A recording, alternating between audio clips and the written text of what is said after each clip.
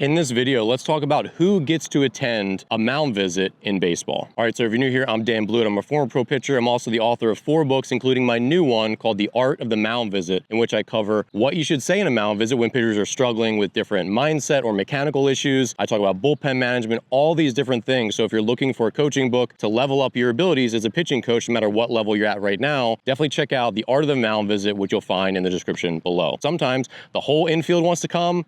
Sometimes your pitcher probably doesn't want that. And what do you want as a coach? What are your policies? So number one, let's talk about policies. You should lay this out at the beginning of the season with your players. So especially your infielders, catchers, and pitchers, sit them all down and say, look, here's what I do with mound visits. Here's when I'm gonna wave you away, say I don't want you, infielders. Here's when you're allowed. Here's what the default is, right? So if your default is pitcher and catcher only, tell everyone that so the infielders aren't just rushing in there every time. Or if everyone's invited as default, that's fine too. Just make sure they know so they don't look stupid or feel unsure what they're supposed to do. But there are some implications, and I want to discuss those now about who's invited to the mound visit. All right, so let's talk about when everyone is invited to the mound visit. That includes all the infielders, catcher, and obviously the pitcher. So this is when it's going to be at higher levels, and where it's basically like maybe Jose Reyes or Francisco Lindor, our shortstop.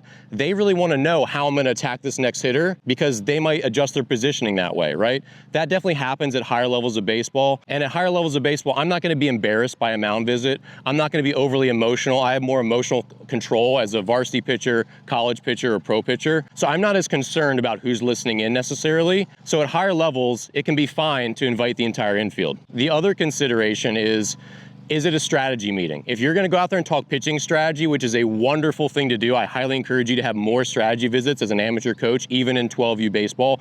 Talk about what we're doing, where everyone's got to go, all that sort of stuff. You want to invite the infielders into that conversation because they probably have some implication in that, right? If it's like, hey, we got to make sure with a comebacker, we got to go home to first. Like the infielders, it's good to have everyone on the same page with the strategy visit, how we're going to pitch the hitter and what the situation is in general. So if it's a strategy-based visit, invite all your infielders. And at the higher levels of baseball, I think it's fine to invite everyone to the mound visit. All right, now let's talk about when do you only want the pitcher and catcher in the mound visit. So you have to know your pitcher. I was a pitcher who I didn't want all these idiots to be on my mound, right? I'm pretty locked in. I was an angry, aggressive kind of pitcher, and I didn't want them in my business if they didn't belong here. So I didn't want a shortstop just coming over and snooping and just like, what's coach gonna say to Dan? A lot of pitchers are in that same boat. And as a youth coach, you might have a lot of pitchers who are embarrassed that they're not pitching well, and they're struggling with emotional control, and the last thing they need is someone else involved in that meeting where you're probably trying to calm them down. So as a coach, if you're trying to more calm your pitcher down, refocus them, talk about their mindset, talk about some of the things they're struggling with mechanically, the shortstop does not need to be involved in that conversation about, okay, we got to see down your front shoulder. We also need to attack a little bit more. You look a little timid. Your tempo is different than usual, so we got to clean things up. Those kinds of mound visits are pitcher-catcher only when we're working on mechanics, we're working on mindset, all that sort of stuff.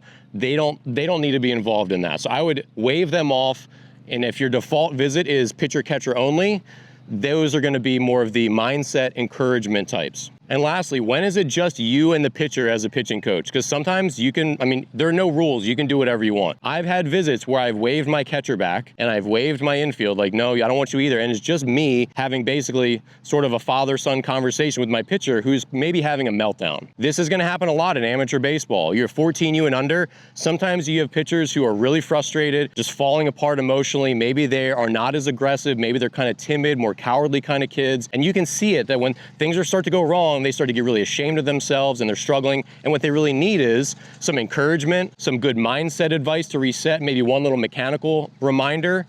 And you don't want to embarrass them by having a lot of encouragement in your talk with the shortstop listening in. You don't want to say, hey, look, I know it's been a hard inning. I know you've been battling this year. I know your knee's been bugging you, and I know things have been tough. I really believe in you, and I just need you to refocus, look down your shoulder, and make a big pitch for us.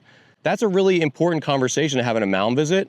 It's, much more of an empathic conversation, encouraging that pitcher to get back in there and really trust themselves. Like, they might not want that conversation being heard by their catcher or their infield. So really think about what you're going to say and how you're going to say it, and do other people need to be privy to that conversation? All right, so to summarize, when you have a big strategy-based meeting, everyone should be involved. Infielders can listen in, catcher, pitcher, everyone. If it's more mechanical and mindset focused, pitcher and catcher are probably the only ones who need to be at that meeting. And then if it's more of a pep talk where it's a lot of encouragement and mindset stuff because your pitcher is maybe really struggling with emotional control and you need to bring them back, and maybe it's going to have more of a father-son tone where you're really just trying to, get them back up emotionally so they can compete, that's going to be when you have just a pitcher and coach only mound visit. All right, so thanks for watching. If you haven't subscribed, thanks for watching. Be sure to subscribe below if you haven't yet, and check out my brand new book written just for pitching coaches called The Art of the Mound Visit.